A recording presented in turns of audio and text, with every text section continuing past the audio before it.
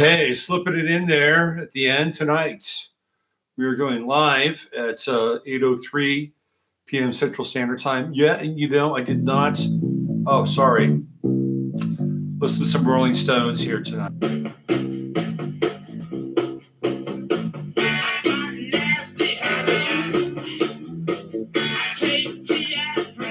Yeah.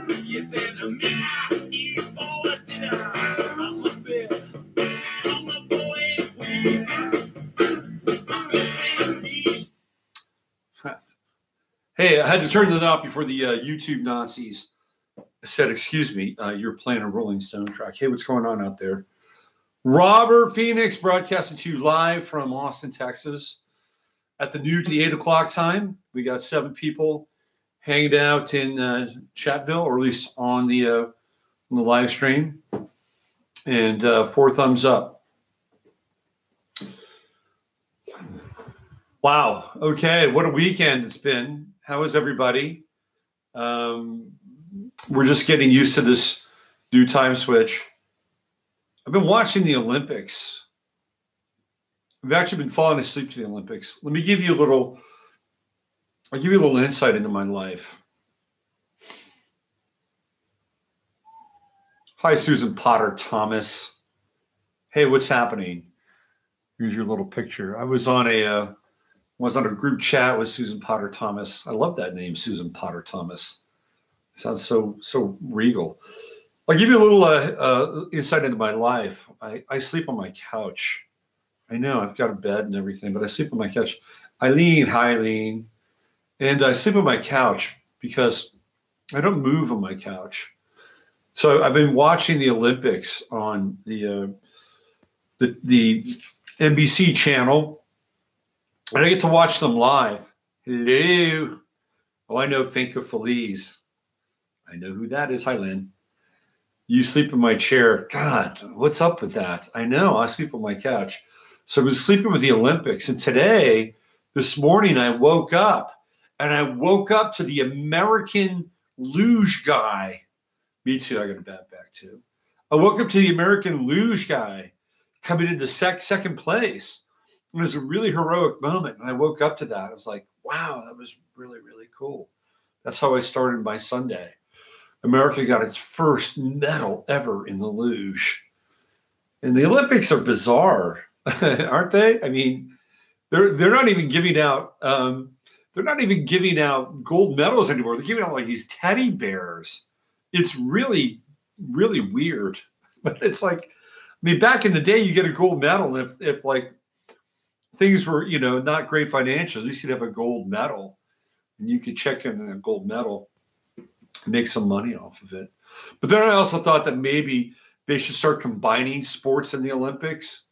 Like I was thinking of maybe, how they have the biathlon and they shoot and ski, which I think is really interesting. No, they have the medal ceremony. It's teddy bears now. It's weird. I was thinking maybe they could somehow combine figure skating and the shooting part of the biathlon. I think that'd make figure skating better, actually. Make it more interesting, at the very least. Hey, what's going on? So we're going to talk astrology tonight. We're going to get into what's happening out there in the great big celestial ocean of influence. There's a lot going on right now. Don't we always say that, though? It doesn't always feel like there's a lot going on. 2 separate people have sent me lists of people who have been like disappeared or resigned, right? It's like resignation is like the new version of being disappeared. Because remember back in like the 80s in Argentina, people get disappeared because they were political dissidents. It was like, you're out of here. We're like taking you out of circulation. And it was journalists, and there's a book called Imagining Argentina, which is kind of a brilliant book, to be honest with you, in terms of like fiction and storytelling and narrative and all that stuff. But now, instead of being disappeared, people resign.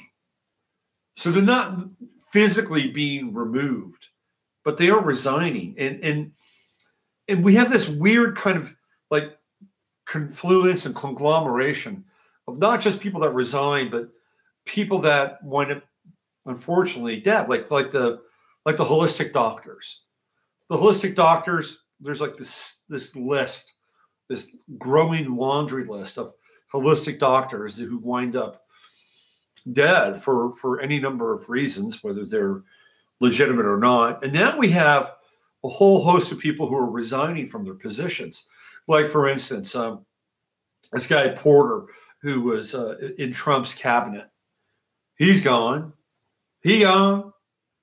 You've got sports coaches all over the place, just dropping like flies. And that's not just the Michigan State program. No, that's other programs all across the country.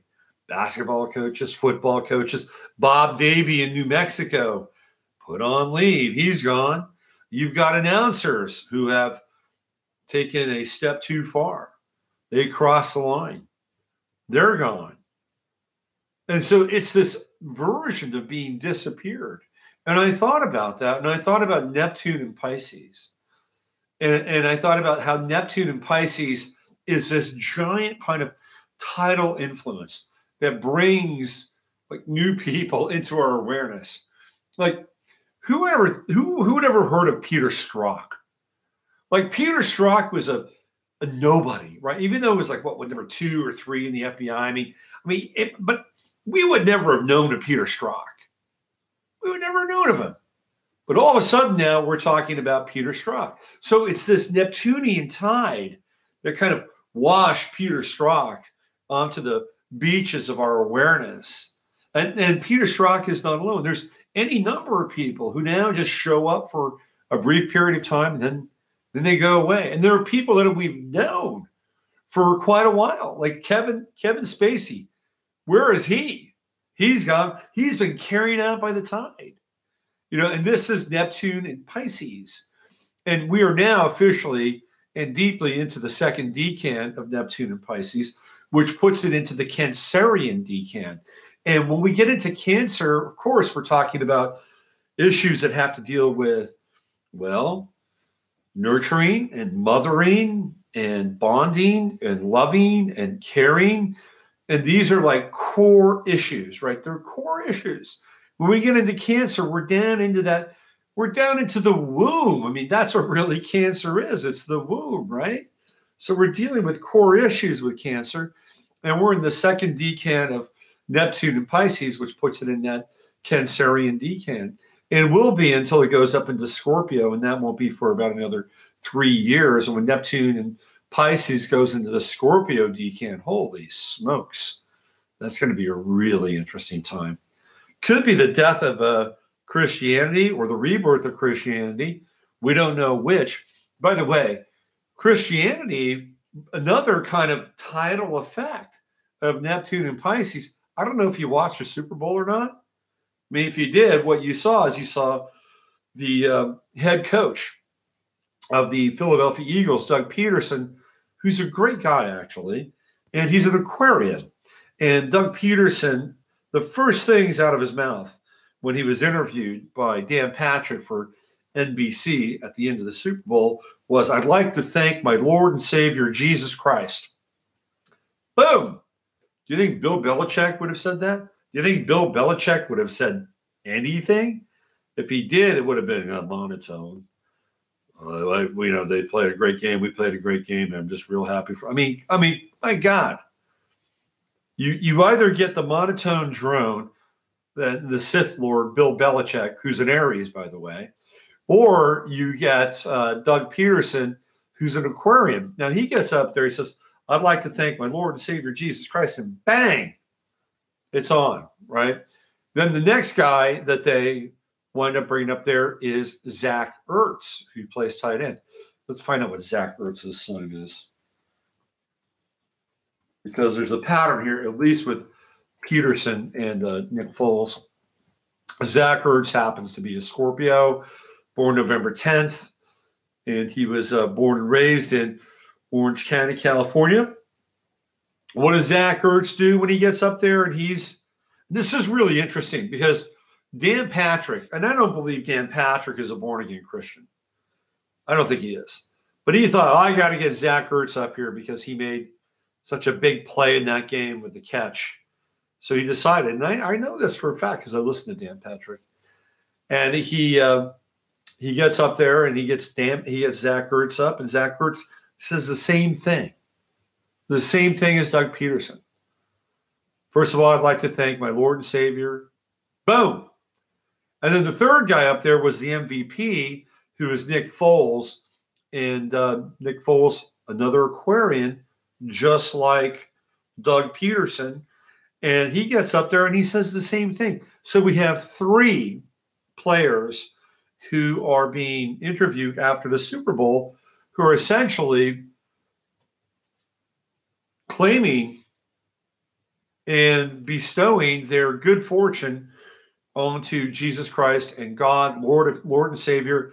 This is a complete departure from where we were last season with Tom Brady, and even the season before that with Peyton Manning and the Denver Broncos. I mean, this is a incredible, absolutely incredible kind of turnabout in terms of sports. And I thought about this, and again, from this Neptune and Pisces, it's like all of a sudden this kind of tidal wave of like belief and faith, like crashing upon our shore.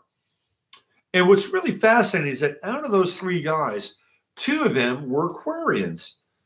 And you would think to yourself, well, wouldn't Aquarius be connected with, like, Luciferianism or the Illuminati or the New Age, or wouldn't that be kind of an Aquarian thing? Well, Aquarian rhymes with contrarian. And what we're seeing is two out of these three players, or one coach and one player, play this role as the contrarian to the cultural perspective of religion and spirituality. And when we get into Aquarius, what do we talk about?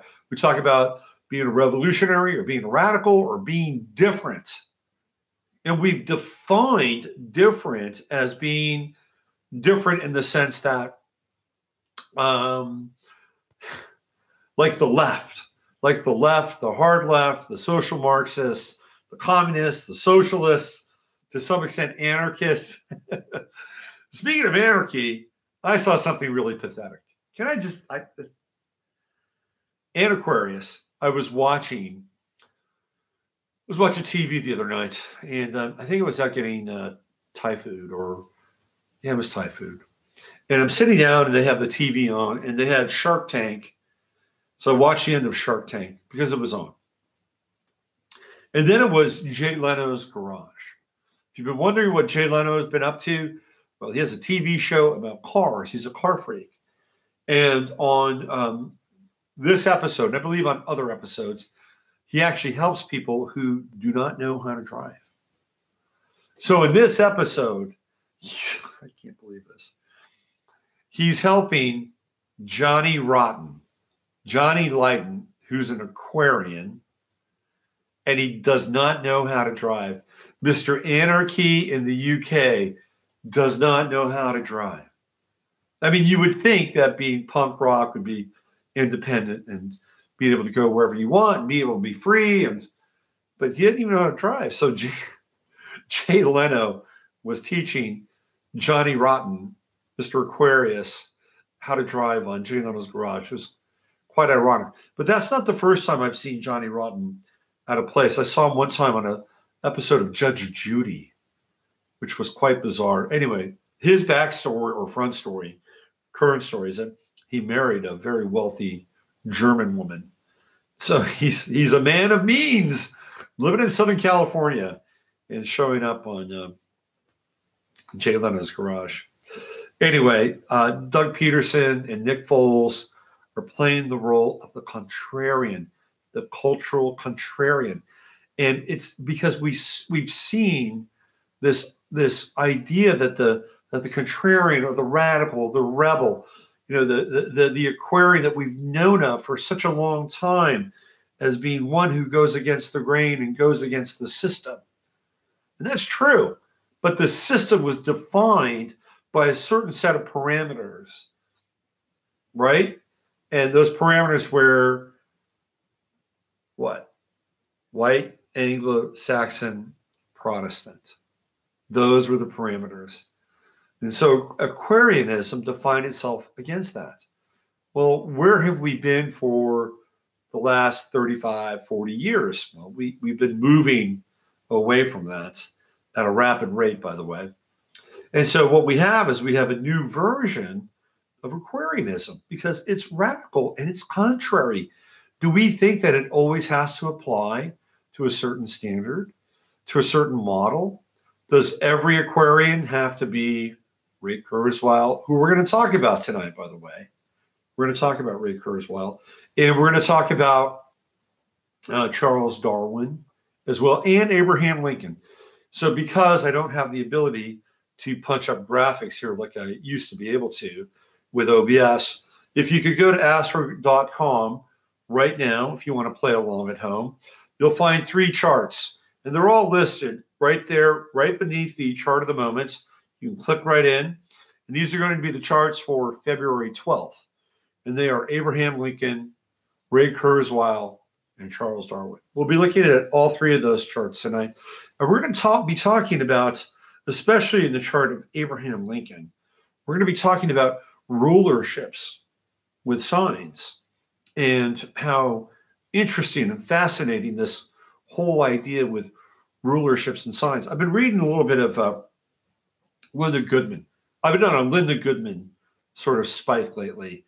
And Linda Goodman she's great. I mean, look, if you want to learn about astrology, if you want to get down into the nuts and bolts of astrology, you've got to read Sun Signs by Linda Goodman. Linda Goodman, like, understands the nature of the sign in such a way that it blows my mind. I mean, this woman was quite eccentric, but she was a giant. She was a giant. I mean, people talk about Dane Rudyard, and they talk about, Liz Green and Jeff Green and the evolutionary astrologers and Robert Hand and Alan Oken. Outside of maybe Dane Rudyard, none of these people hold a candle to Linda Goodman. I'm telling you right now, Linda Goodman was an astrological witch. She was amazing. And when you get in there and you start reading about the sun signs, man, you'll be blown away. I also picked up Star Signs, which is kind of an abridged version of her work. It's more of like a combination of numerology and astrology. And some of that stuff I'm pretty familiar with. But if you just want to get down into the basics, it's incredible. One of the things she says, which is, I was reading about Scorpio women. My girlfriend is a Scorpio. So, of course, I wanted to read about Scorpio. And I've been living with a Scorpio off and on for the last couple of years. Not the first Scorpio girlfriend, but certainly the most intense. And one of the things that Linda Goodman says about Scorpio women is that the problem with most Scorpio women is that they wish they were men. And I thought about that. I'm like, wow, that's a really interesting thing to say. Well, why is that? And the reason is because Mars was the original ruler of Scorpio. We're going to get into that tonight, and we're going to explore that with planetary rulership, and particularly the chart of Abraham Lincoln. Okay? But for now, what we're going to do is we're going to get into the chart of the moment. Chart of the moment. Should I have some music or something for the chart of the moment? Will like YouTube string me up for the chart of the moment? Let's try this. Let me see what we got here. Hold on. Am I going to be? All right, here we go. This is the chart of the moment. It's February 11th, 2018. Before the time signatures kick in, YouTube makes me shut this down. Let's end this. All right, that was the chart of the moment music. It's a little bit of Monkey Man by the Rolling Stones from Let It Bleed. Okay, so if you just go to astro.com, you'll find what I'm talking about. It's real simple, real easy.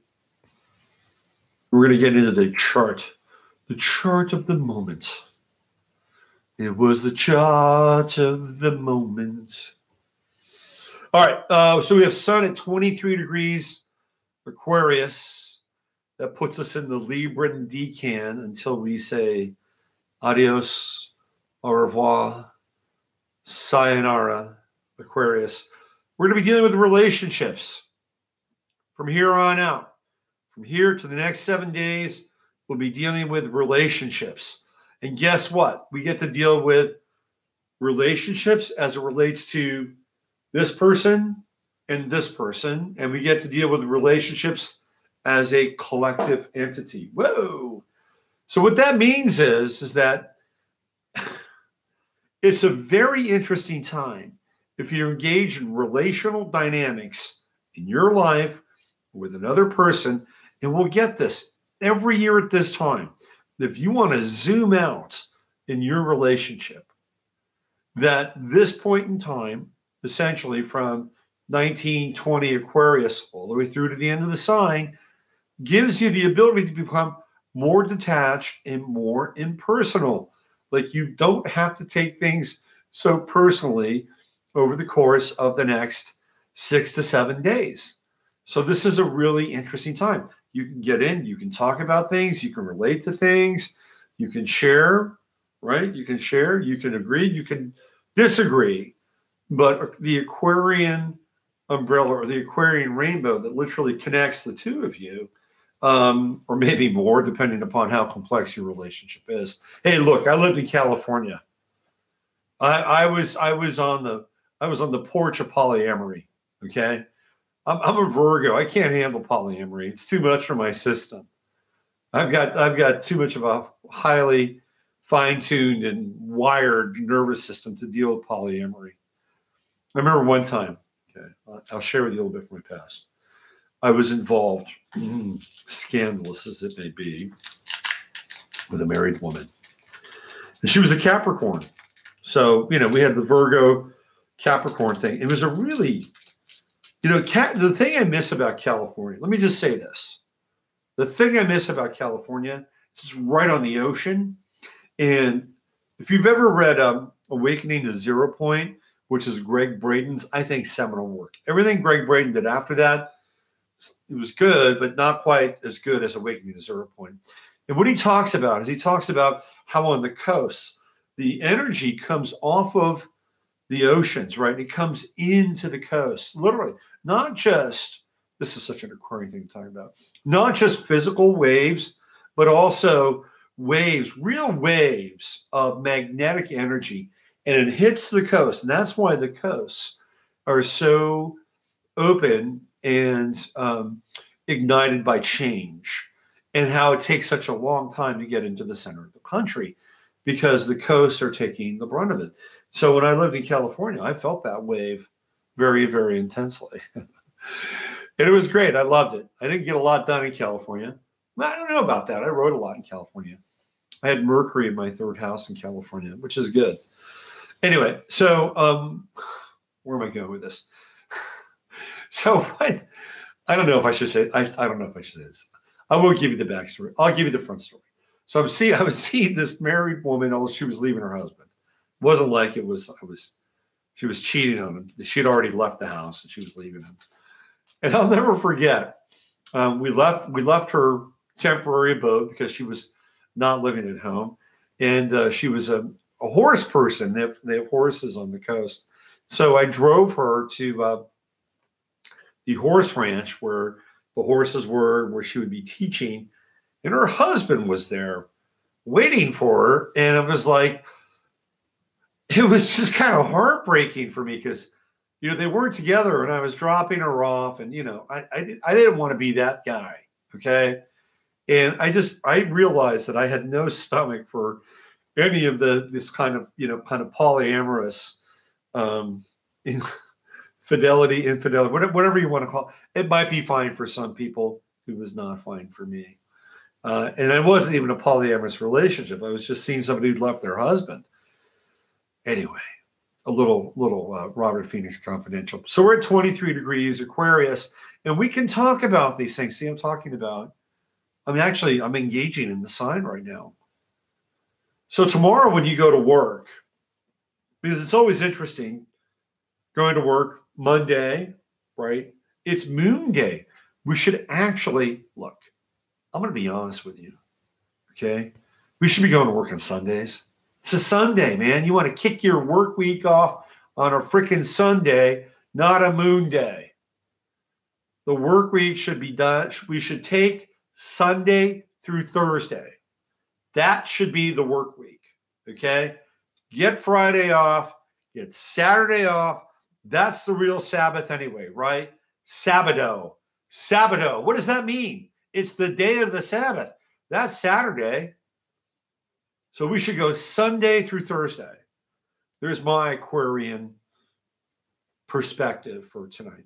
Anyway, you're going to go to work on Monday. And what does Monday mean? Well, you're going into the Moon Day. You get up, I'm going to sense my way in my day into the week. That's Moon Day. That's Monday. So if you're going to do it, then just know that you have an Aquarian sun in the third decan, which means that guess what? You can get along with everybody.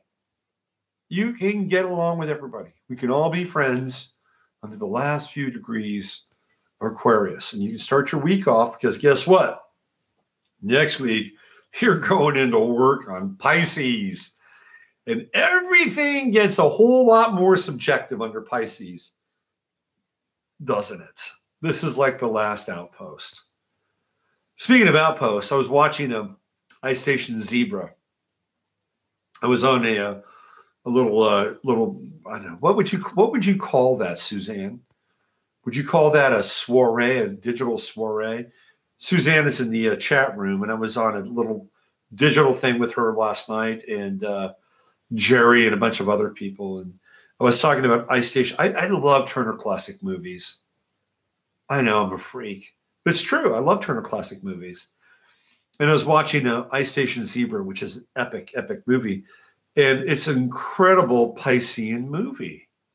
It's really Piscean, of course, because there's a submarine, it goes underwater, and it deals with the Arctic, and you have these people. Well, there's one guy in particular who's a very, how do I say this, fluid character. You don't know where the allegiances are in Ice Station Zebra. It's very Piscean kind of deal. And even Rock Hudson, who is the commander of the submarine, is a Piscean character. Like, how much do we know about Rock Hudson? Right? I mean, for all intents and purposes, Rock Hudson was a straight American male hanging out with Doris Day. Doris knew. Of course she knew. But in reality, he wasn't that at all. Very Piscean character. I don't even know what Rock Hudson's sign is. Anyway, total Piscean movie.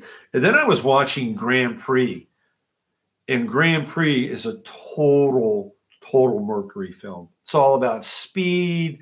It's all about racing.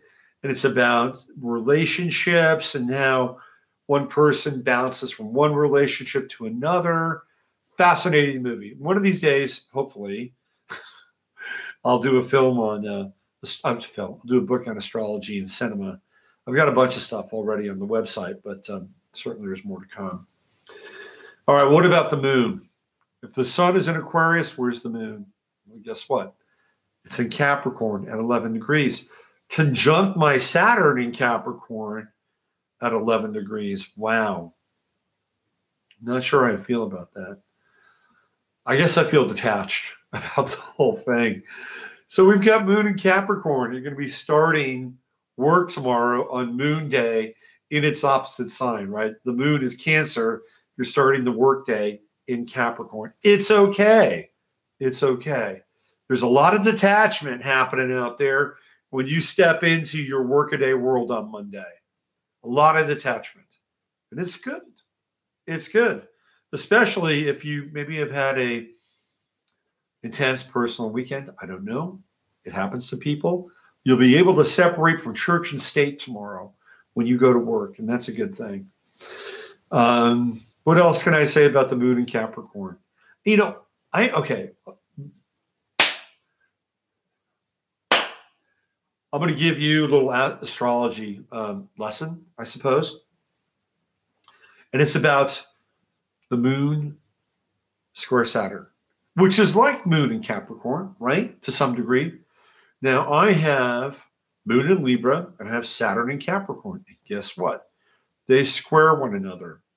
So what happens when we get into a moon Saturn square? Well, first of all, we have to deal with moon as the mother, right? So this is the mother who is technically not there. And that's true because what you're trying to do as a young person is have a relationship with the mother. That's the moon, bottom line, okay?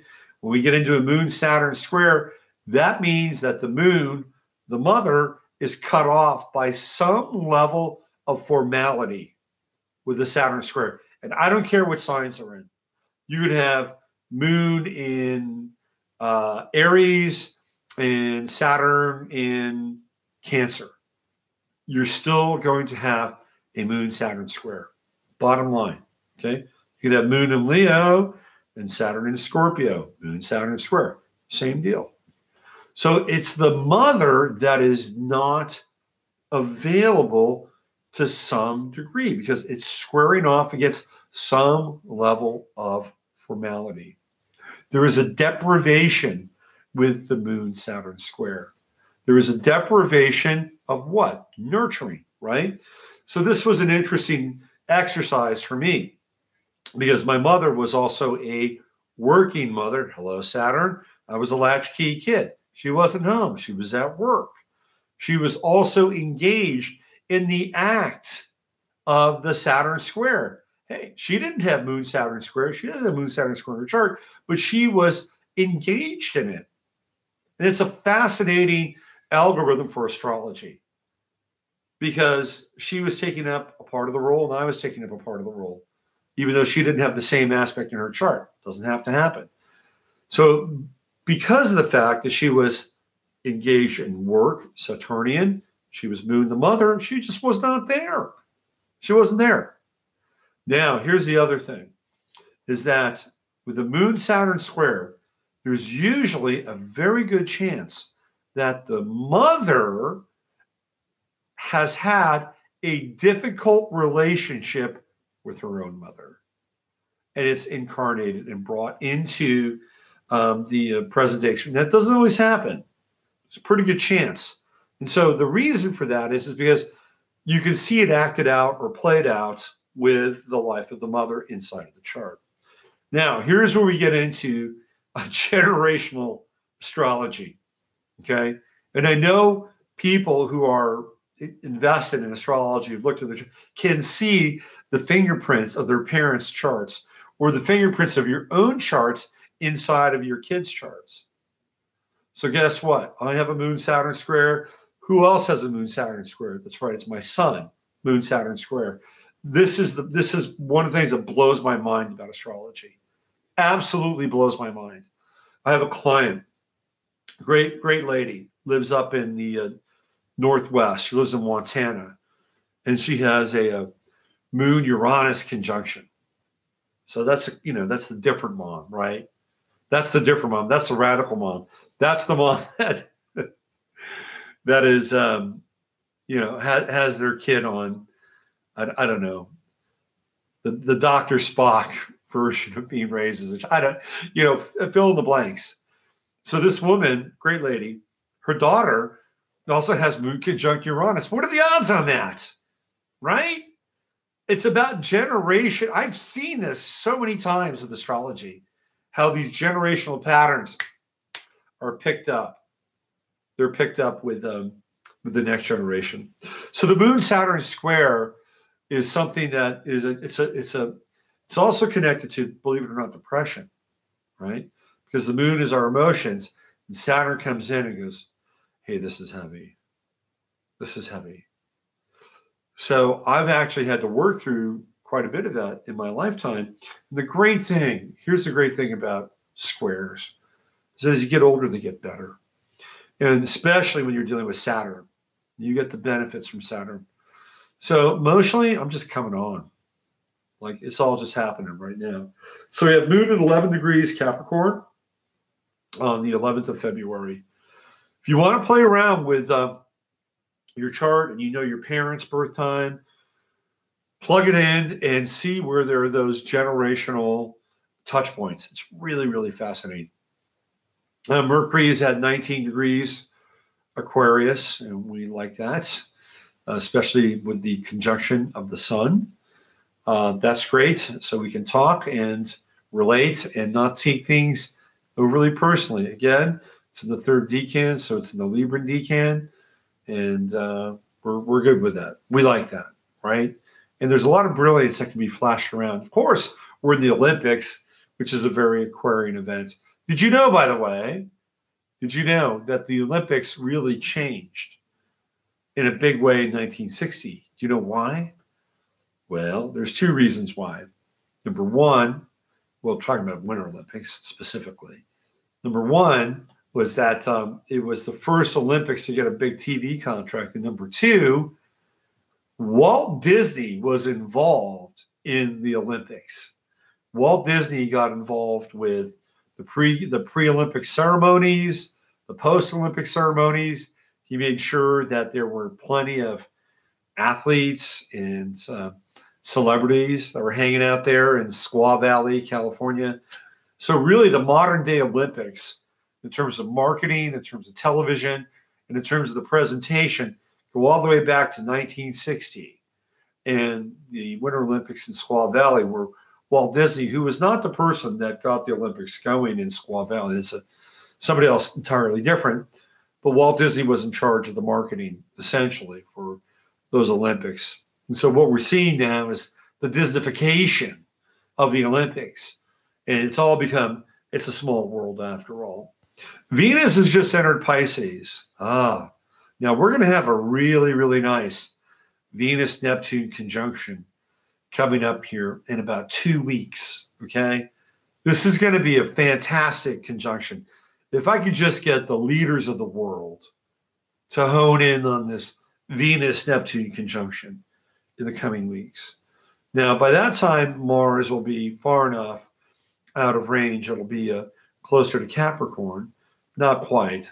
In 2 weeks from now, it'll still be around what, 21, I believe, 21 or 22 Sagittarius. But the Venus-Neptune conjunction, there's a lot of healing in that Venus-Neptune conjunction. Now, of course, we were there last year with the Venus-Neptune conjunction. That was coming right out of the Trump election. But this is a different time, right? A year later, we could actually use that healing, maybe even a bit more. What I think could be interesting about this Venus-Neptune conjunction is, again, think of waves and think of the crashing of waves upon the shore, and think of Venus as relationship and connections, and seeing what interesting connections and interesting relationships wash upon the shore of our consciousness. And we see them, right? We see them, and we see them come into our awareness. And then what will happen is that the tide goes out, and some of those relationships and some of those connections are going to be fascinating, absolutely fascinating. Now, I do believe it's essentially benevolent and benign and divine with the Venus-Neptune conjunction. Like, there's a lot of forgiveness there. Would it be great? Would it be great if, like, Obama and Hillary and Susan Rice and Clapper and Brennan and all these people were just caught red fucking handed? Wouldn't it be great? And then wouldn't it be great if all of a sudden there was like a wave of forgiveness? Wouldn't it be awesome? It was like, guess what? You're busted. You people were conspiring heavily to take Donald Trump out. You were just as bad as Richard Nixon and maybe even worse. And guess what? You're forgiven. You're forgiven. You have sinned against the people. You have used resources in a way that were contrary to the electoral process. And we, the people, actually forgive you. Wouldn't that be cool? Wouldn't that be cool? Nah, probably not. String them up. That's what I say. I'm just kidding. All right. So we have Mars in Sagittarius. That's at 10 degrees. And we're in second decan Sagittarius. which puts us in the, guess what, the Aries decan. Mars is going to get intense here. It's going to get intense. We got a Mars. Well, it's not quite in sextile because Mercury's a little bit fast ahead by 10 degrees. And we do have a true node Mars trine, though. That's interesting. It's only going to be here for a few. Well, the true node is going to be. So we're going to get Mars will catch up to the true node. That's going to be a lot of people. A lot of people like chiming in on wherever that true node is lining up in their chart. Mine is in the ninth house, so it's a higher consciousness and all of that ninth house stuff. So I'll be locked and loaded, ready to go. But that Mars true node trine is actually quite good in a lot of ways because the true node is in Leo. So wherever it is in your chart, that's where your heart should be. That's where your heart, that's where your passion, that's where your love should be. It's the true node is like the needle. It's like the needle on a gauge. Your transiting true node is like a needle on the gauge of your chart. That's where your attention should be. So wherever it's lining up right now, you should throw your heart into it. Mind, body, heart, and soul. That's where it needs to go, wherever the true node is. And Mars gives it a little extra push, right? This is a good time.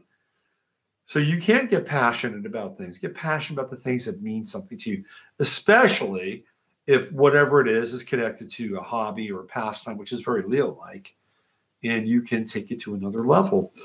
Jupiter's in Scorpio. Oh my God, I'm almost over Jupiter and Scorpio. All the Me Too stuff, all the oh man, all the pedophilia stuff. It's like it's intense, right? It's intense. This Jupiter in Scorpio is relentless. Relentless. So my 12th house, I should just take the next 6 months off and go hang out in an island somewhere in the Caribbean. That would really be great for me with my Jupiter in Scorpio, my 12th house. But my cats don't travel well, so that's really not going to happen. But this is what's occurred. When Jupiter went into a Scorpio, almost to the day, it was like Harvey Weinstein started to squeal like a fat hamster, right? That's what he did. He started to squeal like a fat hamster. Well, he didn't squeal, but it's close to it. Speaking of which, have you seen the story about the person who got on the Spirit Airlines flight with the comfort hamster? What is up with these comfort animals? I mean, when I was a kid growing up, you didn't have a comfort animal. You didn't have that. Like maybe you had a Barbie, or maybe you had a G.I. Joe or a Major Matt. Who knows what you had? You didn't have a comfort animal. It almost reminds me of that movie where everybody has their like spirit animal. What was the name of that movie? People in the chat room know that. We're kind of moving towards that. It's odd in some ways that we have this preponderance of these comfort animals, or people get these designations for these pets, I think just so they could take them into bars and restaurants. Yes, this is my comfort pig. Yes, I have to take him with me everywhere I go. Yes, this is my comfort ferret. He comes. I mean, anyway, this apparently whoever had the comfort hamster got into it with a Spirit Airlines flight attendant, and the Spirit Airlines flight attendant threatened to flush the hamster down the airplane toilet. Oh my God! Could you imagine? Could you imagine the person with the comfort hamster? Could you imagine what they went through? I don't know. I'm sorry. This whole comfort animal stuff is bullshit. You don't see many comfort cats, do you? No, because cats don't play that. Cats don't play that comfort game. Jupiter and Scorpio, once Harvey Weinstein went into the witness protection program at his favorite or most favored rehabilitation center, all we've been getting with Jupiter and Scorpio is this dredging up of this sex and and the sordid nature of it. But it's like, but it's not even quite getting there. Because speaking of lists, somebody sent me a list that like 22 people that are connected to the USA Gymnastics have resigned over the last 6 years. Talk about disappeared again, right? It's like, I mean, I watch the NFL Network. I'm not afraid to say that. I'm not. And there are guys like Marshall Faulk and Heath Evans, and these are okay guys. I mean, I'm not a huge Heath Evans fan. They're football people, right? Eric Davis. Not the smart Eric Davis, but the football player. And they're doing, hey. And all of a sudden they're gone. They're just gone because there was a makeup artist at the NFL Network who said they came on to her. They're gone. That wave just took him out. That Neptune and Pisces wave just took him out. Disappeared. It's fascinating. It's another whole other layer of Neptune and Pisces. New people showing up. Hey, new people going away. Now Jupiter's going to go retrograde here pretty quickly.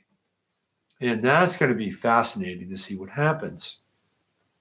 Will there, will there be a backlash against Me Too? Is that possible? Could that happen with Jupiter retrograde in Scorpio? Well, if somebody ruins somebody's life, who got the heat? Was it? It was the guy who was the one of the actors on Silicon Valley. Who actually? This is really weird. So the guy who's on Silicon Valley, the Indian fellow on Silicon Valley, has a really, really hard time meeting women on the show. And the woman he meets on the show is finally, she's this woman who's a hacker, and he outed her. He like busted her, and the FBI comes and gets her because he didn't want to break up with her. So he outs her as a hacker. So she goes to prison, and she doesn't know that he outed her, right? But he has a very difficult time meeting women, and the one woman he meets happens to be a crazy hacker. And then in real life, he meets a woman, and she kind of hacks his life. And for all intents and purposes, it is a relationship that's based on some level of mutuality. And what happened is that it didn't really go in the direction that the accuser wanted. So he wound up actually not being punished for the cardinal sin of having sexual relationship with another human being, aka a woman. This is a bad thing for the human race, by the way. It's a really bad thing, I think. Doesn't mean that we can't listen, we can't be sensitive, we can't be open to, how people are treated in general, right? I mean, I think it's something that's a real fine line. It's a total fine line, because what's happening is that if you look at what's going on in the workplace, is that men are refusing to train women. This is happening now. This is actually happening. Men in the workplace are not agreeing to train women like one-on-one, because they're afraid they're going to lose their jobs. This has happened now. It has seeped into the workplace, and it's not a good thing. It's not a good thing. And I hope Neptune and Pisces takes it back out to the ocean at some point, and we can get back on to the business of being able to relate with one another without agendas and without this intense cultural backlash. Sure, we can be respectful. Absolutely. Nobody's saying anything other than that, right? On the other hand, it's really beginning to foul the system as we relate with one another. Now, maybe Jupiter and Scorpio retrograde, will give us some psychological insight into that process. So that when it goes forward, we can achieve some balance and get into the real heart of the matter. The other thing is, too, is that while this is going on a superficial level, I mean, even if you look at like Larry Nassar and what's happened with USA Gymnastics, I mean, that guy's an enabler. You know, he's not a lone wolf. He's not a lone gunman just out there hanging out in USA Gymnastics doing things to young women that are despicable. No, there's something else going on there. There's something bigger. Just like there's something bigger going on beneath me too. And we can point the finger to pedophilia, child abuse, the networks. You want to get down, really, really get down into Jupiter and Scorpio, that's where it takes you. That's where it takes you. And what happens is we wind up kind of on the surface and we're floating around and we're trying to, you know, sort of stay afloat with the turgidity of the transit. And some of that is worthwhile and worthy of looking at. But there's something going on deeper, much deeper here. And we shouldn't get stuck at the upper areas, the topical, or I don't want to say superficial, but the topical level. There's a lot more going on with Jupiter and Scorpio. Saturn in Capricorn, 5 degrees. 5 degrees. I like Saturn in Capricorn. You know, I will relate to you a personal story. Personal story. It was my first Saturn return. It was a hell of a Saturn return, let me tell you. And I completely blew it. I blew my Saturn return. Totally blew it. Because I have Chiron at 28 degrees Aquarius. And one of the things that I work with people and their charts is that degree of Chiron in your chart, give or take 1 year ahead and 1 year behind, that is the chirotic crisis that we experience in our lives. Okay. So my Chiron is at 28 Aquarius. When did I experience my chirotic crisis? At 28. This is when I got married. And I was going through my Saturn return, my first Saturn return at the same time. It was not a pretty sight. Now, I believe, if I'm not mistaken, I believe it's Alan Oken. It's either Alan Oken or Robert Hand, one of these two characters. And they talk about the 3 versions of the Saturn return. And I shared this on the Saturn in Capricorn webinar. One version of the Saturn return is that you go along with Saturn, meaning you have structure and form in your life, and you go deeper into structure and form. I remember working with a young guy in California who was going through his Saturn return. And he aced it, man. He totally aced it. What did he do? Well, he found a girlfriend, he got married, he got promoted, and they had a child. And now he's still doing his, corporate thing, which is fine. I'm not besmirching the corporate thing. But I watched this guy. I was like, and I knew he was going through a Saturn return. I'm like, this dude is acing his assignment. That is one version of the Saturn return. You surrender to the structure and the form and the discipline that is part of Saturn in your life, right? Now, if you do that, then you get rewarded with what? More structure, form, more discipline, get a house, whatever. You're doing a deal with the Saturnian lord of this life. And we all have to deal with Saturn in some way. I was watching an interview with Jordan Peterson recently, and it was a really interesting interview because he talked about how, and he was basing this on pyramidal structures, right? When you get into pyramidal structures, you're also having a dialogue about Saturn. Because what is Saturn? Saturn's the mountaintop. Saturn is the skyscraper. Saturn is the pyramid. So what he was talking about was having to make a deal, basically, with Saturn. That's exactly what he was saying, although he wasn't using Saturn. And as a result of that deal, you or person winds up getting engaged in this process where they're almost like I think more or less this is what Peterson is saying, is that you do a deal with the devil. Of course, Saturn has been called the devil, right? Capricorn, the devil, Baphomet. So you do a deal with the devil because you know you have to do it.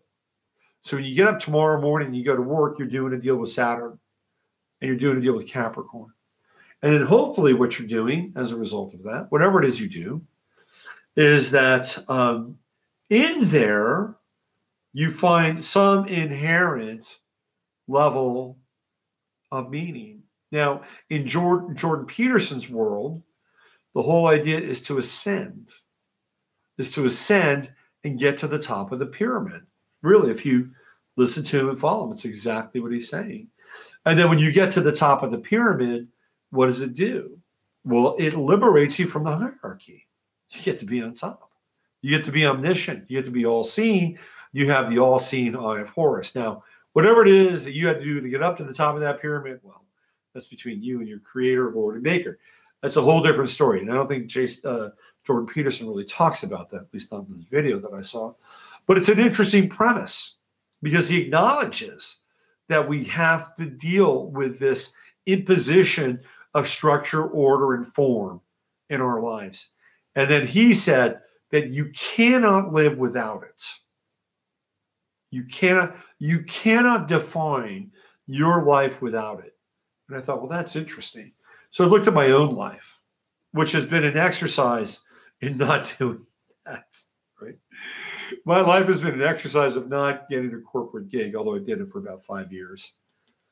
And I was vehement. I mean, well, I'm not going to do a corporate gig. I'm going to do something on my own. At least this is how it worked out to be that way. But guess what I do every morning? I get up at 5:30, 6 in the morning. I answer emails. I cast charts. I edit. I write. I do the same thing that somebody who gets up for a quote-unquote regular job or a straight job would do, because this is my job. So this gets us to the second part of the Saturn return. And I believe it was Alan Oken who talks about this. And he says that if you do not go through that gateway of the first version of the Saturn return, then whatever it is that you do on your own, so let's say you don't want to be a cog in a corporate machine, right? You want to be your own guy, your own gal, your own boss. Well, you've got to do the exact same thing that you would be doing inside of your Saturn return with a more conventional structure, right? You cannot skip it. You can't get out of it. You've either got to do one or the other, right? You've got to put the work in. And then the third version is you don't do any of it and you blow it. You blow it. And, that's kind of what happened with me. That is kind of what happened to me. Because guess what I wound up doing with my Saturn return? I wound up waiting on tables. What's the opposite sign of Capricorn? Cancer. What is Cancer involved with? Nurturing, feeding, right? Bonding. We think of Cancer, we think of hospitality. I've got Saturn in Capricorn, and what am I doing? I'm doing Cancer. Was not a good Saturn return. So here we are. I've got my Saturn return coming up, second one, and it's time to make good. Time to sit down and have a heart-to-heart with Saturn in my chart. Uranus is in Aries. It's at 25 Aries. And tomorrow we're going to have a Sun in Aquarius, Uranus in Aries sextile. Things can happen fast. These outer transits, they're like the nutcracker in our lives. But sometimes these inner transits are really powerful. So we have a Sun-Uranus sextile, especially when the Sun is in Aquarius and it's sextiling Uranus, which is the ruling planet of Aquarius. Look out, man. Things can happen quickly, real quickly.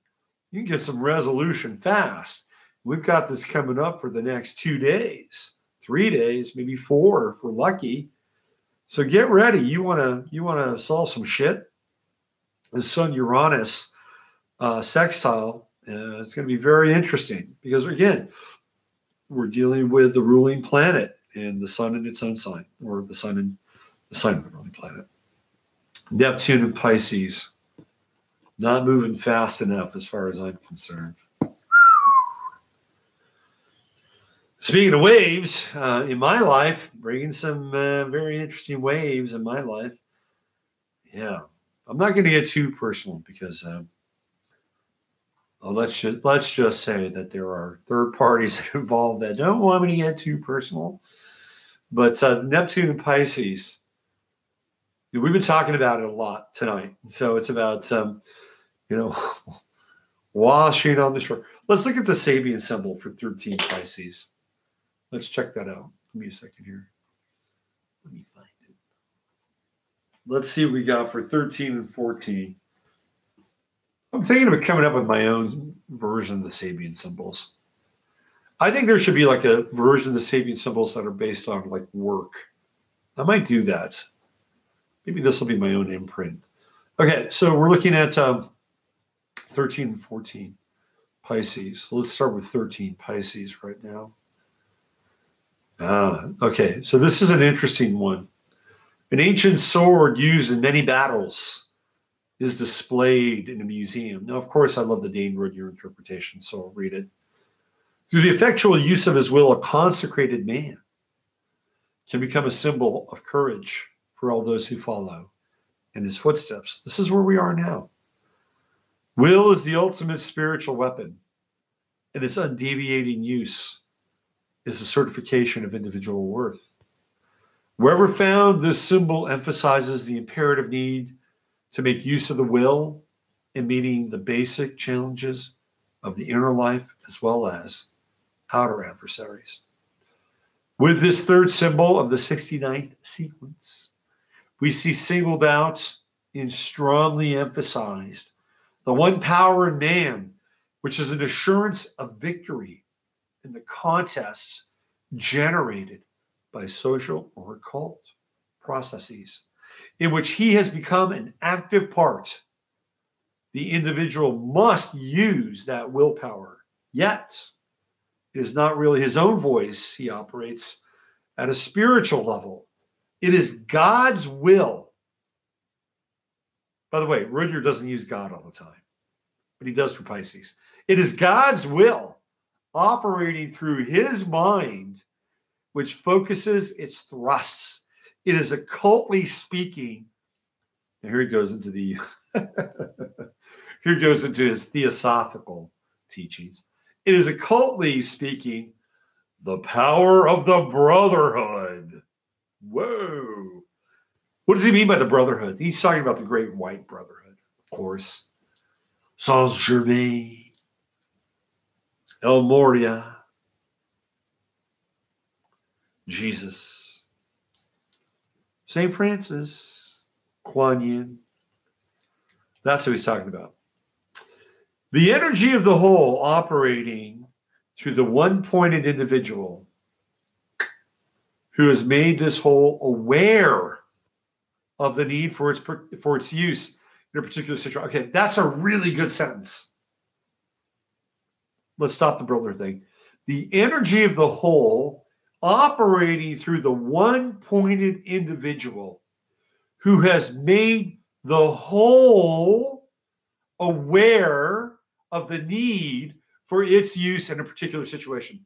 Okay, so what Rudyard is saying here is that if you announce to the whole, which I believe he's talking about in this context, God, right?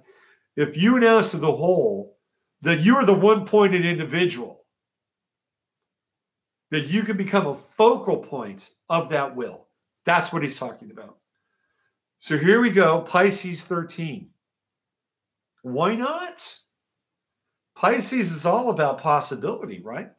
It's the Alpha and the Omega. It is Kether to Malkuth.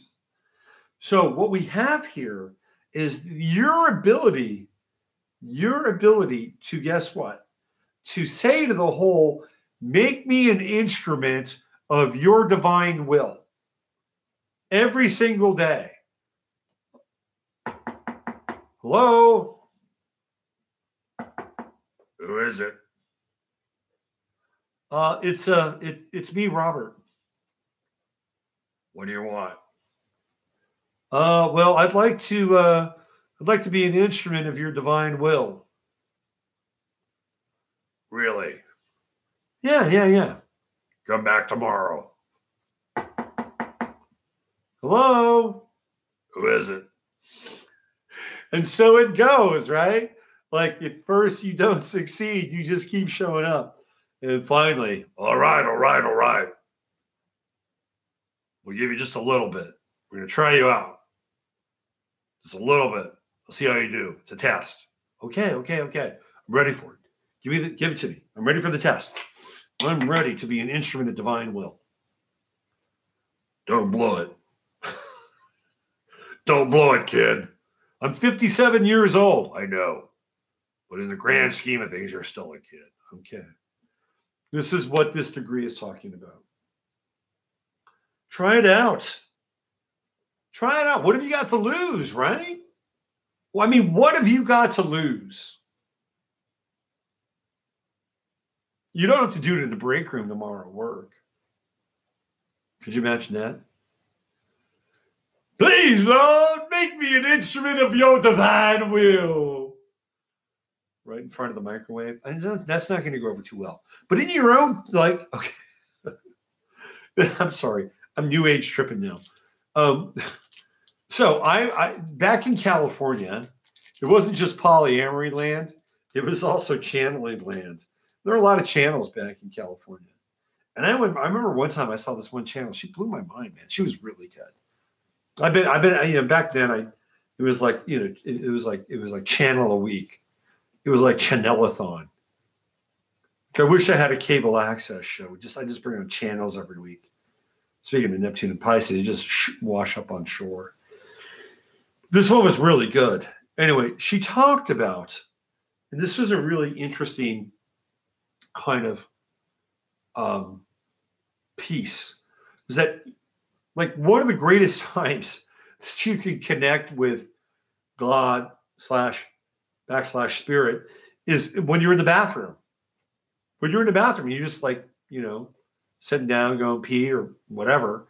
But that's a time where you can think of that. I mean, that's like the most kind of profane place, right? I mean, that is like the gateway of the profane. And yet she was like, invoke the sacred in the house of the profane. And there were times like back in the 80s where I'd go meditate in the bathroom. It wouldn't be at the same time. Like sometimes you just go there to hang out and meditate. But I mean, that was, I thought that was really interesting, but it's true. It's true. Like if you're fully conscious and fully aware that moment in time is actually a very interesting moment because it links the sacred to the profane and vice versa. So tomorrow when you're at work and you go to the bathroom, you can remember this conversation. And it can be an interesting trigger. Okay, are we done? Are we done with the chart of the moment? I think so. We got True Node and Leo. Chiron is, remember Chiron's going into Aries, and that's going to happen in April. And I did a great interview with Heather Eland. I love Heather. She was like one of my best students, and she is a great astrologer, really fine astrologer. She does a lot of stuff on astrolotta.com, and we hooked up about 2 weeks ago. We did a really, I thought, fine interview on Chiron and Aries. And that'll be coming up on her YouTube, I think Astrolotta's YouTube channel. I think that's coming. Because I'm doing a webinar on Astrolotta on March 24th about Chiron and Aries. So I love Chiron. It's one of my specialties. I love it. I'm a big Chiron fan. So if you want to get into Chiron deeply, check it out on Astrolotta. Let's just hang out in the chat room here. What do we got? Hey, there's Jacqueline. Hi, Jacqueline. How are you? I haven't seen Jacqueline. Oh, there is Lana. Hi, Lana. Lana likes to comment on my YouTube videos. She's an interesting person. You should check out Lana's videos. Who else do we have here? Oh, man, I miss you, Jacqueline. Madeline, please speak about the Uranus-Taurus ingress. Ingress. Oh, I've never heard that before. Well, the Uranus-Taurus ingress is when Uranus in Aries is ingressing into Taurus. It's the last few degrees. Hi, Suze. It's the last few degrees of Uranus, right? It's ingressing into Taurus. So it's an interesting kind of moment in time. So it's around 28 degrees Aries, about 28 degrees Aries, 29. And if you think about Aries, Aries is fire, right? Aries is fire. So think about it from a planetary process. Hey, there's Alexis. Hi, Alexis. So think about a planetary process. What happens, like if you're out in Hawaii and you're watching an island get born, what's happening? You get lava, right? You get lava coming up from some layer or portion of the earth. And that's fire, right? It's volcanic, it's molten. And then what happens? And then it hits the air and it cools and it becomes what? It becomes land. That's Aries to Taurus, okay? Hi, Christine. That's Aries to Taurus. So we have basically the ingress to Taurus are those last degrees, the 28th and the 29th degree, and it's molten. It's totally molten because we're going into Taurus, right? So it's a very, very fluid state. It's a fluid state financially. It's a fluid state with identity in some ways. And then what will happen when Uranus goes into Taurus, is it my system or is it yours? It's me. It's me, Otter. It's happening. It's mine, probably. It's probably mine. Although I'm not pixelating too much. At least it doesn't seem that way. Pericles and I, we have the same lifestyle. Okay, I did the first one. I'm just can your chart show you bad karma? I'm just looking at some of these things. Can chart show you bad karma? Okay, that's a good question. Let me get back to the ingress, because when Uranus brings a whole different kind of like vibe, right? Like if we're going Saturn in Aries ingressing to Saturn in Taurus, that's really solid. It's like it's Saturn. But with Uranus, it's radical, it's different, it's unusual. So the new forms that are going to be coming out of Uranus and Taurus in that degree where it's ingress, like for instance, I'll give you an example. The United States Army is now fighting alongside of robots. They're training with robots now. Okay, that is an example of the ingress, because Aries is what? Soldiers and war and will and violence, correct? And what are they doing? They're working with a new form.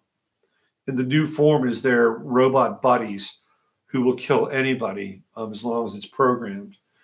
So this is what we're talking about. It's about new forms. So we're probably going to be dealing with things like chimeras and a whole host of like new patents that have to do with genomes and biology and all kinds of crazy shit. Okay. That's the ingress into Taurus, going from essentially one element, which is fire and Aries, how depressing, and into another element, which is solidification. Well, hold on a second. It could be really interesting. Christine says how depressing. Well, Uranus and Taurus, we're going to deal with cryptocurrencies and alternative economies. And that'll be interesting because they'll take on new forms. Like, what are we seeing now? Bitcoin has ATMs. You know, this is happening. This is totally happening. So we're seeing, again, like Bitcoin and the cryptocurrencies, fluid, wham, form. It's a Bitcoin ATM, right? Yeah. Okay. So let's get back to this whole idea with karma. Okay. Karma is, I don't think we understand karma. I think it's really, okay. So my first spiritual teacher, who was total whack job, but he was great.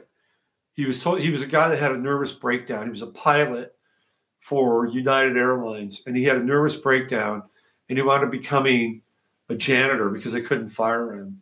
but he was brilliant, and he was one of the most spiritual people I had ever met at that point in time. And he would always lay shit on me. And I talked to him about karma, and he said, there's no such thing as karma. He said, karma is a belief in that we have created karma, that we have invested in karma again and again and again. And so it takes on a life of its own, which I thought, well, that's interesting. And then he told me that each man and woman is given according to their beliefs. I thought, well, that's even interesting too. And Suzanne Potter Thomas says, I agree. And Madeline says, belief is the enemy of truth. The expression, what is it? Yes, it is the enemy of truth. It'll come to me. Anyway, so, but and a lot of astrologers will talk about Saturn and karma. And I believe we have contracts. I believe we have contracts. We have contracts with people, and then we have unfinished business in our spirit.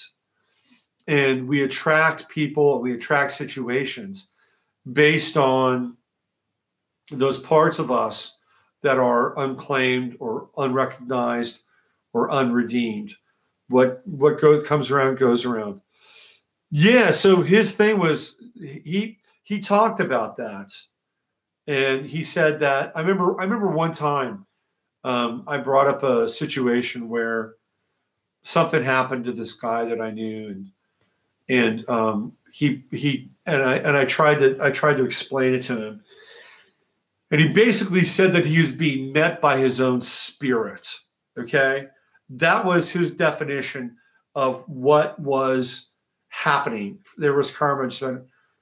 Yeah, you're right. You're absolutely right. So his whole thing is that you got met by your own spirit, and you were either okay with that and reconciled with it, or was unclaimed. And so when it's unclaimed, it felt like it was something that was other than you. So whatever something was happening, you were being met by your own spirit.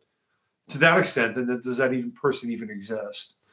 So is there bad karma? Everyone have to be, of course, absolutely. Suzanne says everyone have to be their own judge. Just wait till you have Saturn go through your 12th house. You deal with judgment with Saturn transiting the 12th house. It's a big deal in astrology. So there are challenges inside of a chart. But here's what happened with astrology in the 20th century. We began to look at the chart as being evolutionary, that you weren't a slave to being born under a bad star or a bad sign. Hi, Amanda. What's happening? Amanda just showed up. And when we go through transits, we can actually go through a really profound state change with transits. They're pretty significant. And the whole idea with a transit is that even though they mean transitory or transitional, we bring them into our lives, right? And so we integrate them. And when the transit's over, guess what? They're part of who we are. They're not just this thing that we go through astrologically.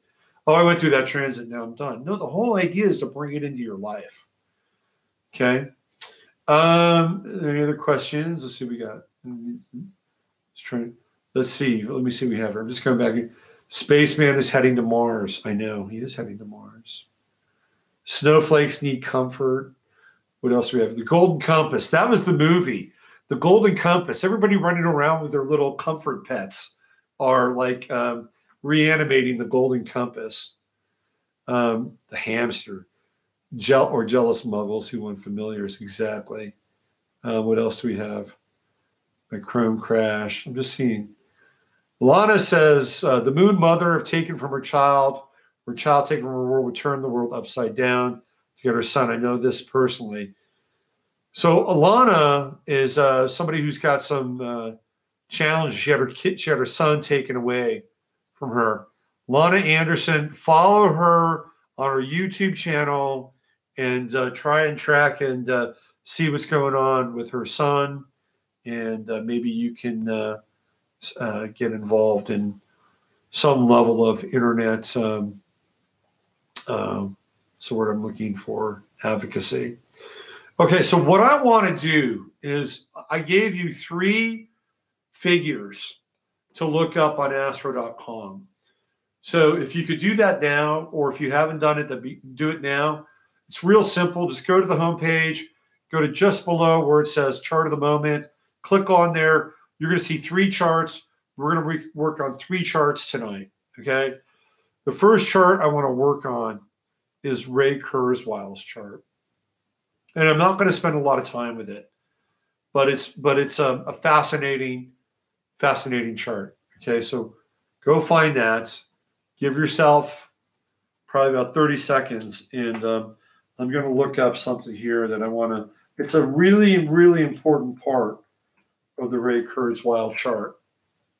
And I have to go into his Wikipedia page so that I can share this with you, okay? All right. Give yourself a few moments in time. You will get there. We'll get there. Ray Kurzweil is the father of the singularity. So in Ray Kurzweil's paradigm, at some point, computer intelligence and cybernetic intelligence will outpace human intelligence. And I believe Kurzweil says it's around 2021, 2022.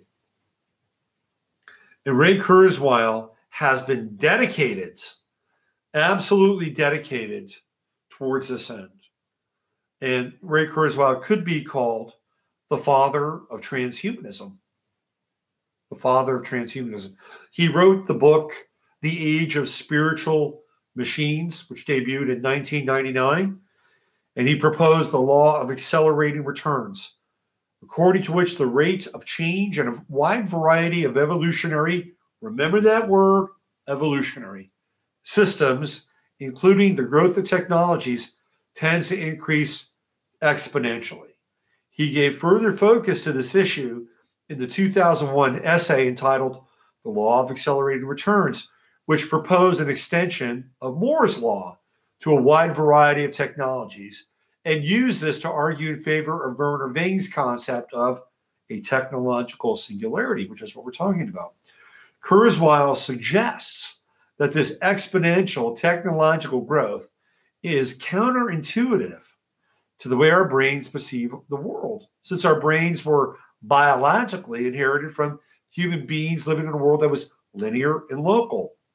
And as a consequence, he claims that has encouraged great skepticism in his future projections. Okay, let's keep going. Kurzweil is working with the Army Science Board to develop a rapid response system to deal with the possible abuse of biotechnology. He suggests that the same technologies that are empowering us to reprogram biology away from cancer and heart disease could be used by a bioterrorist to reprogram a biological virus to be more deadly, communicable, and stealthy. However, he suggests that we have the scientific tools to successfully defend against these attacks, similar to the way that we defend against computer software viruses. So for Kurzweil, they're basically one and the same. One is virtual, one is biological. He has testified before Congress on the subject of nanotechnology, advocated that nanotechnology has the potential to solve serious global problems such as poverty, disease, and climate change. Nanotech could give global warming a big chill. Okay? So here is really where I want to kind of cut to the chase in a lot of ways. Okay? Health and aging. Kurzweil admits that he cared little for his health until age 35, when he was found to suffer from a glucose intolerance, an early form of type 2 diabetes, a major risk factor for heart disease. Kurzweil found a doctor, Terry Grossman, who shares his somewhat unconventional beliefs, to develop an extreme regimen, including hundreds of pills, chemical intravenous treatments, red wine, and various other methods to attempt to live longer. Kurzweil was ingesting 250 supplements, 8 to 10 glasses of alkaline water, and 10 cups of green tea every day, drinking several glasses of red wine in a week in an effort to reprogram his biochemistry. Lately, he has cut down to the number of supplement pills to 150. Can you say neurotic? Now, Kurzweil has made a bold claim about his health regimen. In his book, The Singularity is Near, he claimed, let me see if I can find this. He claimed that he brought his cholesterol level down from the high 1200s to 130, raises HDL, which is high density lipoprotein, from below 350 to 55, and lowered his homocysteine from an unhealthy 11 to a much safer 6.2.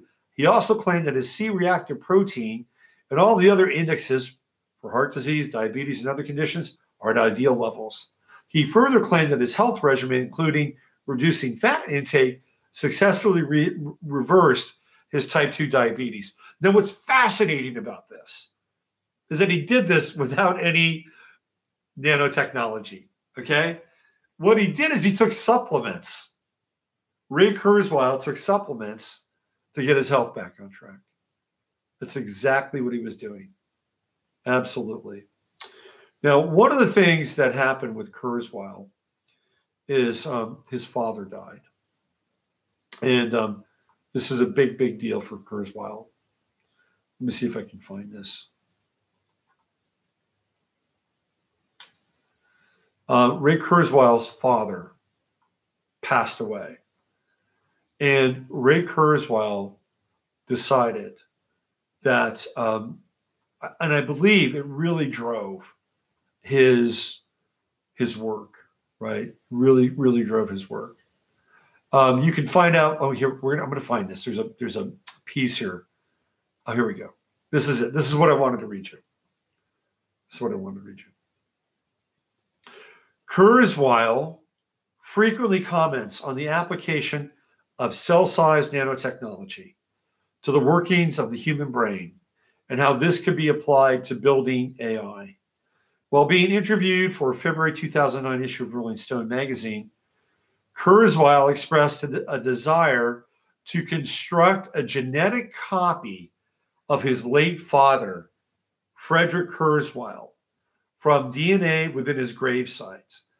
This feat would be achieved by exhumation and extraction of DNA, constructing a clone of Frederick, and retrieving memories and recollections from Ray's mind of his father. Kurzweil kept all of his father's records, notes, and pictures in order to maintain as much of his father as he could. Ray is known for taking over 200 pills a day meant to reprogram his biochemistry. This, according to Ray, is only a precursor to the nano devices. Aha. See, Ray is getting ready to make that switch from the pills to the nanos. But what he really wants to do is he wants to reanimate his father. All right, look at his chart. Look at his chart. Go to Ray Kurzweil's chart. Go to the midheaven. What's on the midheaven? Leo. Leo 17. Correct? What is Leo? Leo is the sun, represents the father. What other sign or planet represents the father in the chart? Saturn. Where does Ray Kurzweil have Saturn? On the midheaven. Do you think that the father, Saturn and Leo, plays a huge role in Ray Kurzweil's life? You can bet your ass it does. Okay? Look at where Pluto is. Saturn conjunct Pluto. What does he want to do? He wants to resurrect the father. It's right there in the chart. It is right there in the chart. Saturn, Pluto on the midheaven. And he's got his sun at 23 degrees Aquarius in service to the mission. Everything that is driving Ray Kurzweil has to do with Saturn, Pluto on his midheaven. And even look at his ascendant, which is Scorpio, which is regeneration, right? What does he want to do? I want to regenerate my body. Have 150 pills, 200 pills, red wine, green tea, alkaline water. It's a little obsessive. It's a little neurotic, I have to say. But I swear to God, You want to see the birth of transhumanism. You want to see what's going on with Ray Kurzweil. It's that Saturn-Pluto conjunction right on the midheaven. It is his life purpose. Life purpose. Look at where his Mercury is. It's retrograde, right? In Pisces, to go back and to bring something back into the present or into the future for that matter. Fascinating stuff. Absolutely fascinating stuff.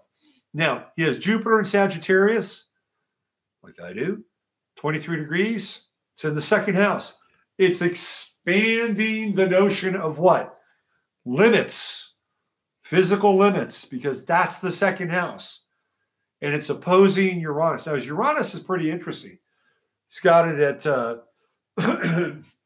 in Gemini at 22 degrees in the 8th house.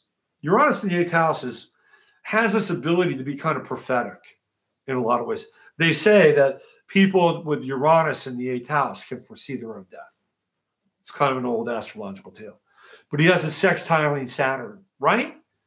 So Saturn is in service to Uranus here, 8th house.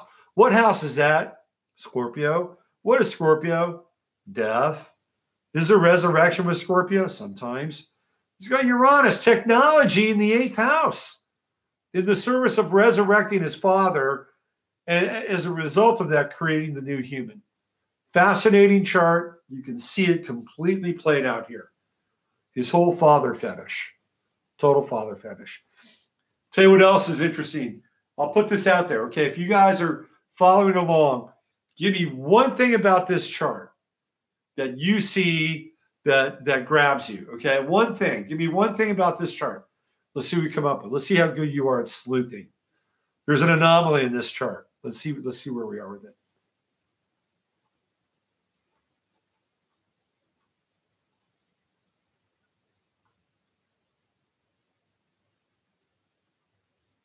Moon in conjunct Saturn, not bad. Kurzweil, hi Sally, Kurzwiell. You just go to astro.com. Couldn't get up. What are the birth details? Ray Kurzweil, born February 12th, 1948, 11:45 p.m., Queens, New York. That's February 12th, 1948, 11:45 p.m., Queens, New York. Does anybody see what the anomaly is in the chart?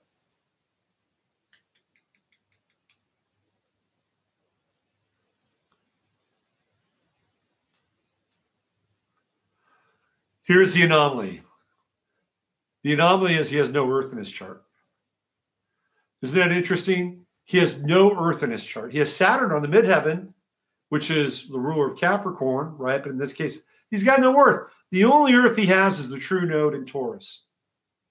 He's not even connected in some ways to Earth. He's connected to Earth through his partner with the true node in Taurus in the 7th house. But he's got no Earth. This guy is not an Earth man. He's not. He's not connected to biology. He's connected to technology. Sun in Aquarius. All right. So that's a little Ray Kurzweil. The Saturn Pluto thing and wanting to resurrect his father. That's driving his whole chart. It's driving his life. Like Pluto's obsessive, right? Pluto is obsessive. So he's kept all of his father's like memories and all this other stuff with the Saturn conjunction. Okay. Let's do another. Well, guess who else is born today? Another interesting person born today.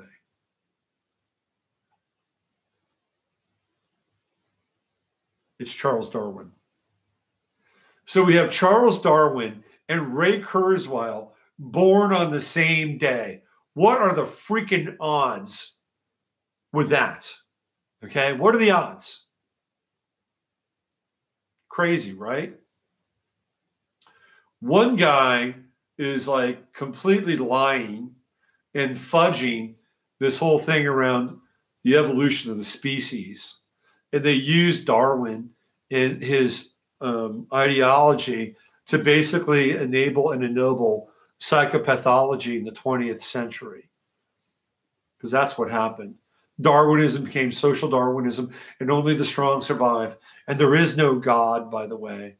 There is this evolution of the species, even though there is no, absolutely no evidence whatsoever for the intermediary species.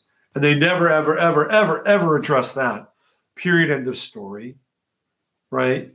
And yet Darwin becomes this figurehead for this version, this evolution of the modern human. And this is what Ray Kurzweil is doing. He's like the next version of Darwin. Sees the post-human. So they're born on the same day. How fascinating or weird is that? And just as Ray Kurzweil has Saturn conjunct Pluto on the midheaven, guess what Charles Darwin has? He's got Saturn conjunct Neptune on the ascendant, right? This is interesting, at least I think. Because out of Charles Darwin and his chart, what do we get? We get a belief system. We get a belief system. And Sagittarius rules systems, all systems, religions. Sagittarius, like Bill Walsh, great coach, San Francisco 49ers. He created the West Coast offense, which was a system for pro football. Bruce Lee, Sagittarius. He was always into creating the system that transcends a system. That was Bruce Lee's goal, right? Sagittarius is about systems. What does he have here? He's got Saturn conjunct Neptune on the ascendant. And he becomes the figurehead for what? A system. Exactly. And Neptune conjunct Saturn is fuzzy. It's like fuzzy. It's not like solid at all. You know, you're dealing with like sort of this blurry kind of, it's not quite solid, Saturn conjunct Neptune. Not at all. And what's Saturn and Neptune doing? Well, Saturn is in square with Mercury, and guess what? So is Neptune.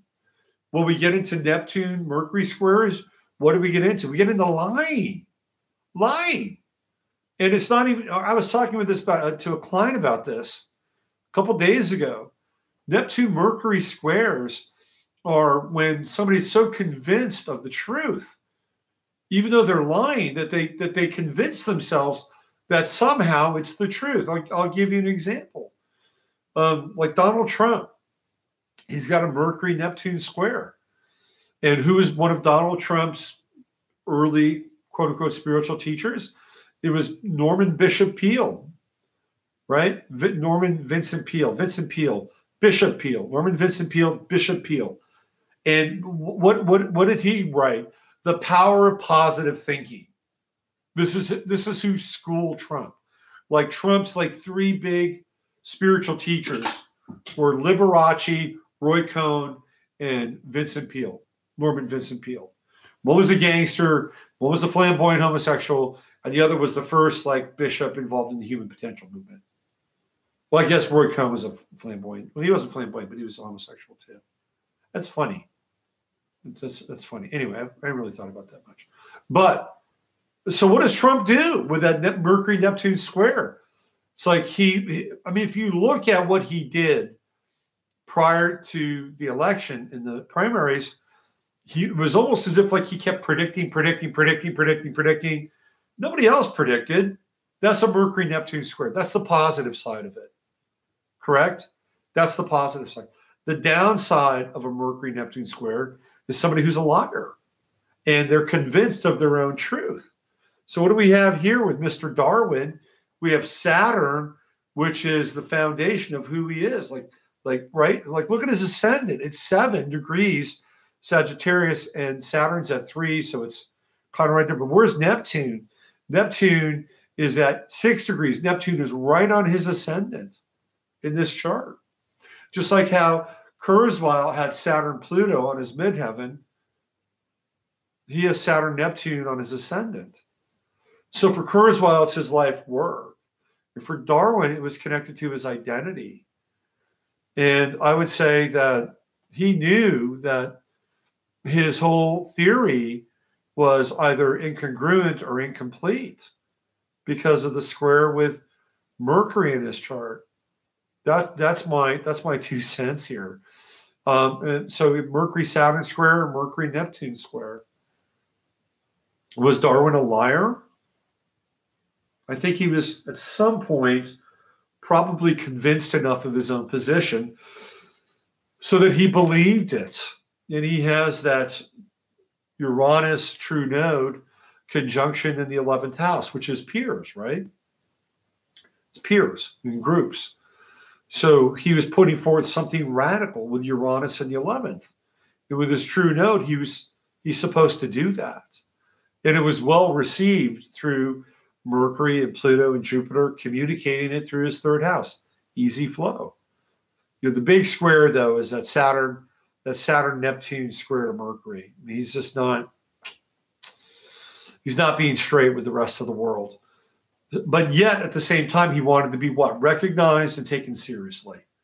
Because that's what Saturn on the, it's not even on the 1st house cusp, it's trying to come out of the 12th house, which is kind of this, again, this is this primordial sort of miasmic ocean of potential and possibility. Interesting chart. Oh, look, Moon in Capricorn, 21 degrees, square Mars. He had a temper. Anytime you see people at Moon Mars squares, 2 things. Number 1, they have a lot of passion. Number 2, they have a temper. And he has Mars in Libra. Interesting. Of course, he's an Aquarius, just like Ray Kurzweil. Could Ray Kurzweil be the reincarnation of Charles Darwin? It's an interesting theory. I'm not sure. But they're both born on the same day, and they're both engaged in some radical evolutionary process for humanity. Same day, February 12th. Okay, we got one more chart tonight, and that is, let's see, who is it? Abraham Lincoln. It's Lincoln's chart.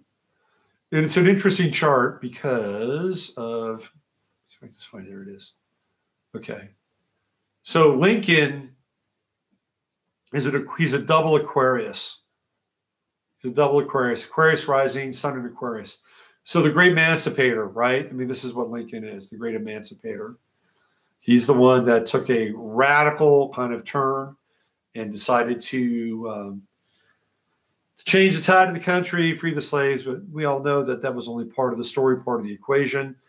There was a huge tariff and tax war going on between the North and the South because the South didn't want to pay the same tariffs that the North was essentially saying that they needed to, had to. So there was a money revolt.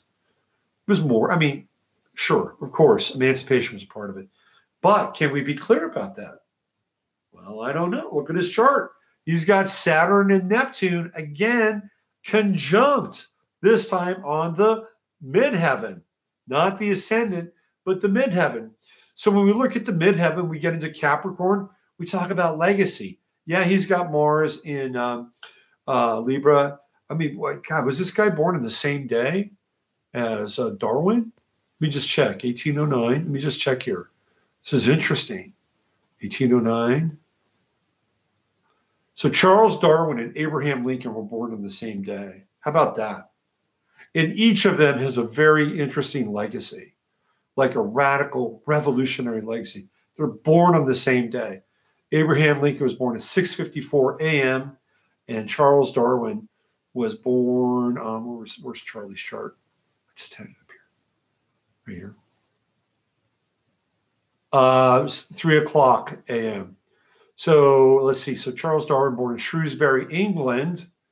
So 6 hours after that would be that would have been like what before that would have been let's see 3 and 3 would have been the next day. So Charles Darwin clearly born slightly ahead of Abraham Lincoln, but born on the same day with that same Neptune-Saturn conjunction, one on the ascendant, their identity, and the other on the 10th house, their legacy. And the same kinds of aspects apply. Isn't that fascinating? So even Lincoln was lying. How about that? Even Lincoln was lying. But we do see Mars in the 8th house, in the house of death. And apparently, if you have Mars in the 8th house, you wind up having a violent death or a violent end. Now, I'm sure not everybody with Mars in the 8th house has died a violent death or a violent end. I have Mars in the 8th house. Hasn't happened to me yet. Although I had a weird moment one time with that. I think I talked about this before. I was driving about 2 o'clock in the morning up the Oregon coast with my girlfriend many years ago. And, you know, it was late and I'm just riffing and talking about astrology. And I said, you know, I have Mars in the 8th house. This is back in it must have been around 1980, about 1889, 90, right around then. And I said, you know, I have Mars in the 8th house. And she said, well, what does that mean? And she said, well, I said, it means that I'll die a violent death. And right out of the blue, I swear to God, and this is on a highway on the Oregon coast. There's nobody around. All of a sudden, this cat runs across the freaking highway. And right after I said that, and I swerve and I miss the cat, and you know, the car begins to canter and all this stuff. It was like, whoa, I should be careful of what I share with. We almost encountered our demise here. It was weird.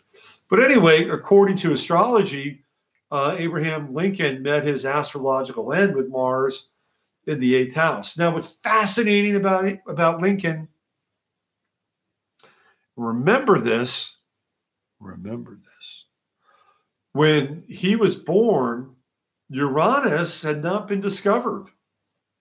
So Saturn was the ruler of Aquarius when he was born, correct? So this is really fascinating because when you look at Lincoln, he looks Saturnian. So he looks Saturnian. He's got that, you know, heavy Saturnian face. It's fascinating to think about, right? Because he's actually an Aquarian rising sun in Aquarius. And what we know about Aquarian rising and Aquarian suns is that they're generally pleasant looking people. All the air signs on the ascendant tend to be rather pleasant looking. Well, Aquarius looks a little bit different. Maybe it's Saturn on the midheaven.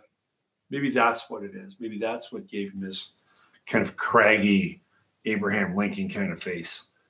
But if we look at the influence of Saturn as the ruling planet, well, then it becomes kind of a different story altogether, right? Or at least in part.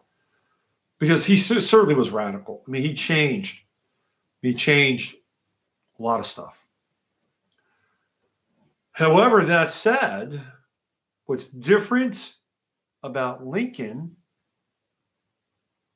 than it is about Darwin is that Darwin does not have the Sun-Saturn square, and Lincoln does. Maybe that's what gave Lincoln his Saturnian visage, right? So when we think about the ruling planet is generally determined by the planet that rules the rising sign. So if somebody's Aquarius rising, one would say, well, it's Aquarius or Uranus. Uranus is the ruling planet of the chart. In Lincoln's case, maybe not. Maybe not. Not only because he's an Aquarius rising and Uranus didn't exist, but look where Saturn is. It's on his midheaven. And it becomes a primary, it says zenith in his chart. So I would say, you know, if we're doing some astrological forensics, Uranus is not the ruling planet for Mr. Abraham Lincoln. It's actually Saturn. My chart, for instance, right? So I'm a Scorpio rising, and normally Pluto would be the ruler of my chart. However, I have Mars in the 8th house, and Mars used to be the ruler of Scorpio. So I've had people look at my chart and go, well, the ruler of your chart is Mars because of its 8th house placement. That's Scorpio's house. Anyway, it's a fascinating chart. Can we look at Abraham Lincoln's chart with Saturn on the midheaven in conjunction with Neptune and say that this is a solid legacy? I would say to the degree that we believe in it, because that's the nature of Neptune.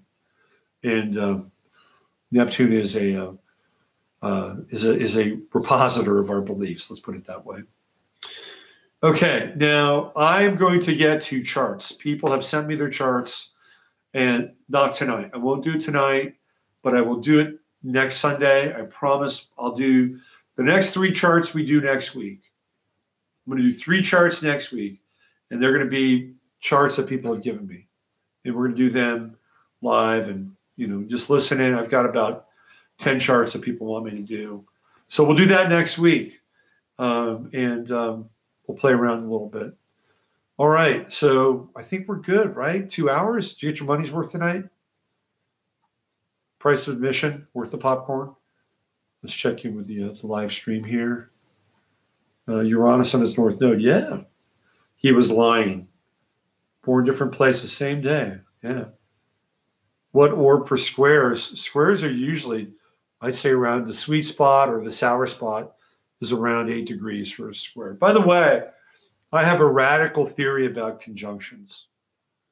I think conjunctions are much bigger than 5 degrees, by the way. It's all about the degree of the conjunction between the planet. We'll get into that next week.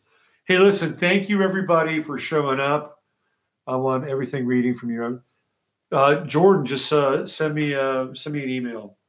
RPM 1122 at zoho.com. Hey, come on back next week. Join the party. Thank you, everybody. Love you all. Thank you. It's a great time to be alive. Let's all do it together. All right? All right, take good care. I'll be back tomorrow. 15 minutes of flame. Have a wonderful night and have a great Monday. Ciao.